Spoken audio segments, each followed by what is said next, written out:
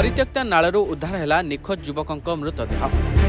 भद्रक जिला धुसरी थाना अंतर्गत झारीडिया ग्रामर रश्मिरंजन बेहेरा 3 दिन हेब निखोज थिबा बेले आज सकाळे तांकर मृतदेह बयांगडीही नुआगां रास्ता कड़े एक परित्यक्त नालू उद्धार होइछि। सूचना अनुसार रश्मिरंजन मानसिक असुस्थतार पीड़ित थिले।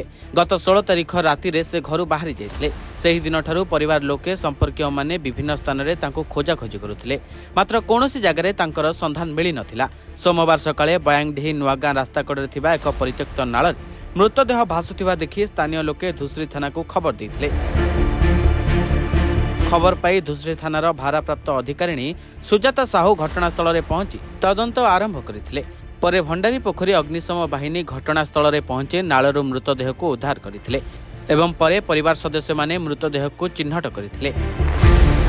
सकाल भोर गाँ लोक इनफर्मेशन कले कि आम डेड बॉडी भासुची एटू आम आसला बेलू तब गाँ लोक इनफर्मेशन कले पुलिस को इनफर्मेशन करते पुलिस वाला आसले आम आस देखी जड़े पड़ी कि मो तलू कर पड़ी पड़ी भासु से पुलिस वाला आस पुलिस वाला जाइए तदंत कर देखिए जना पड़ो ना किसी ना अजना व्यक्ति आम एपट लोकाल लोक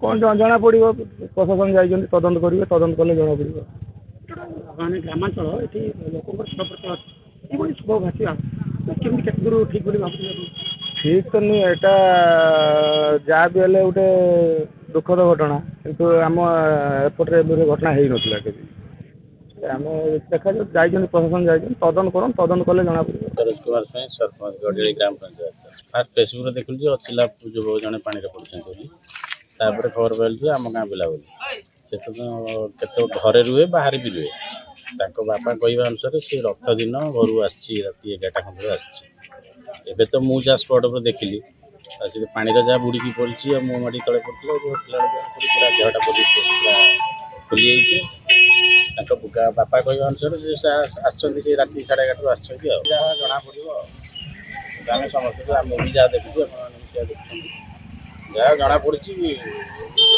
जो पानी बुड़ी जहाँ खाल अच्छी जहाँ देख पानी बुड़ी ये तो आम निज पड़ोशी भाई जीवा रास्ता केनाल भी संजोग रास्ता कौन हो इनक्वारी पर जना पड़ो डेड बॉडी तो भूलिगला जना पड़ो तथापि यहाँ आम जीवा केनाल भी अच्छी रास्ता पाख पड़ोशी। तेबे पुलिस मृतदेह को व्यवच्छेद पर पठाइथिबा बेले मृत्युर कारण एपर्यंत स्पष्ट होइनाही। दूसरी पुलिस एक अपमृत्यु मामला रुजु करी घटनार समस्त दिग को नहीं तदंत जारी रखिछि। धामनगर फिरोज साहा रिपोर्ट रिपोर्टर्स टुडे।